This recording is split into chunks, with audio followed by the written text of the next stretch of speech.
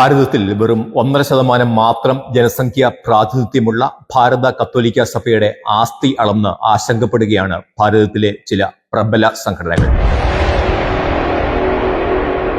കഴിഞ്ഞ നവംബർ 8-ന് ഒരു മുസ്ലിം സംഘടനയായ സമസ്തയുടെ മുഖപത്രം സുപ്രഭാതം നടത്തിയ ഒരു സുപ്രധാന കണ്ടുപിടുത്തമായ കത്തോലിക്ക സഭയുടെ ഭൂസ്വത്ത് വിവരം അപ്പാടെ കോപ്പിയടിച്ച RSS മുഖപത്രത്തിന് വിഴുങ്ങിയത് പിന്നീട് ഛർദ്ദിക്കേണ്ട ഗതികേടിലുമായി. മുസ്ലിം സംഘടനയായ സമസ്തയും സമസ്തയുടെ മുഖപത്രം സുപ്രഭാതവും കണ്ടെത്തിയ അടിസ്ഥാനരഹിതമായ വിവരങ്ങൾ വഖഫ് വിധി പശ്ചാത്തലത്തിൽ RSS അവരുടെ മുഖപത്രത്തിൽ പ്രസിദ്ധീകരിച്ചപ്പോൾ RSSനെ സൂക്ഷിക്കണമെന്ന് സഭയ്ക്ക് മുന്നറിയിപ്പ് നൽകി രാഹുൽ ഗാന്ധിയും മുഖ്യമന്ത്രിയും അടക്കമുള്ള നേതാക്കൾ പ്രസ്താവന ഇറക്കിയതോടെ രംഗം കൊഴുത്തു. വഖഫിനെ പിന്തുണച്ച ക്രിസ്ത്യാനിക്ക് പണി വരുന്നുണ്ട് അവറാച്ച എന്നതായിരുന്നു സഭയ്ക്ക് ഇടത് വലത് രാഷ്ട്രീയ നേതൃത്വം നൽകിയ ഉപദേശ സംഗ്രഹം. ഈ വിവാദങ്ങളുടെ പൊരുൾ അന്വേഷിക്കുകയാണ് പോസിറ്റീവ് സ്റ്റോക്കിന്റെ ഇന്നത്തെ അധ്യായം.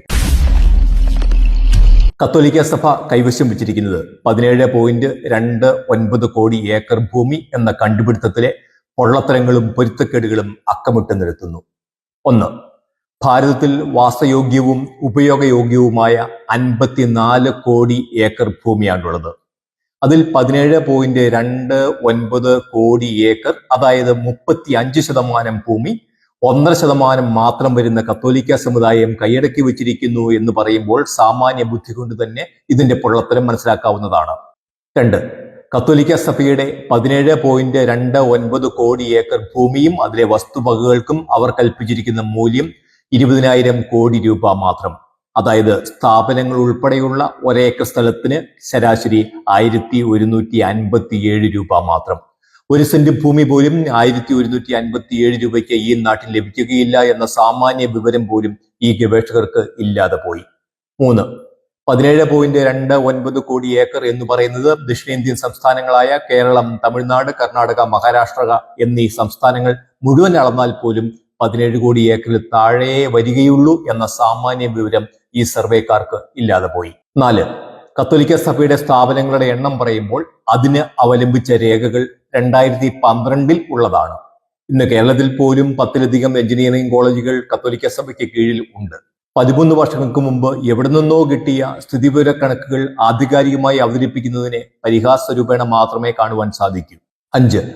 സഭയുടെ വിദ്യാഭ്യാസ ആതുര സ്ഥാപനങ്ങളുടെയും കണക്കെടുത്തപ്പോൾ അനാഥ മന്ദിരങ്ങൾ, അഗതി മന്ദിരങ്ങൾ, വൃദ്ധമന്ദിരങ്ങൾ ഉൾപ്പെടെയുള്ള ഉപവിശാലകളുടെ കണക്ക് കണ്ണിൽപ്പെടാതെ പോയതും വിചിത്രമായി. ഇന്നും കത്തോലിക്കരുടെ ആകെ ജനസംഖ്യയേക്കാൾ കൂടുതൽ പേർക്ക് കത്തോലിക്ക സഭയുടെ വിവിധ സംവിധാനങ്ങൾ ഓരോ ദിവസവും പ്രത്യക്ഷമായോ പരോക്ഷമായോ സേവനം എത്തിക്കുന്നുണ്ട്. 6. ആയിരക്കണക്കിന് വിദ്യാഭ്യാസ ആതുര സ്ഥാപനങ്ങളുടെ ഗുണഭോക്താക്കൾ ആര് എന്ന പ്രസക്തമായ ചോദ്യവും കണക്കെടുപ്പുകാർ സൗകര്യപൂർവ്വം വിസ്മരിക്കുകയാണ്. ഒരിക്കൽ ഇരുണ്ട ഭൂഖണ്ഡം എന്ന് വിളിച്ചിരുന്ന ഭാരതത്തെ വെളിച്ചത്തിലേക്ക് നയിച്ചത് ഈ സ്ഥാപനങ്ങളായിരുന്നു എന്ന് പരോക്ഷമായി സമ്മതിക്കുന്നുണ്ട് ഈ കണക്കുകൾ. എന്തായാലും തെറ്റു മനസ്സിലാക്കി ലേഖനം പിൻവലിച്ച RSS നടപടി സ്വാഗതാർഹം. കഴിഞ്ഞ നവംബർ 8-ന് ഈ വിവരങ്ങൾ സമസ്ത പറഞ്ഞപ്പോൾ ഇവിടുത്തെ രാഷ്ട്രീയ നേതൃത്വം മൗനം അവലംബിച്ചത് ആരെ പ്രതിപ്പെടുത്താനാണ് എന്ന് പൊതുസമൂഹത്തിന് അറിയാം. ഭാരതീയ കത്തോലിക്ക സഭയ്ക്ക് 10,000-കണക്കിന് ഏക്കർ ഭൂമിയുണ്ട്.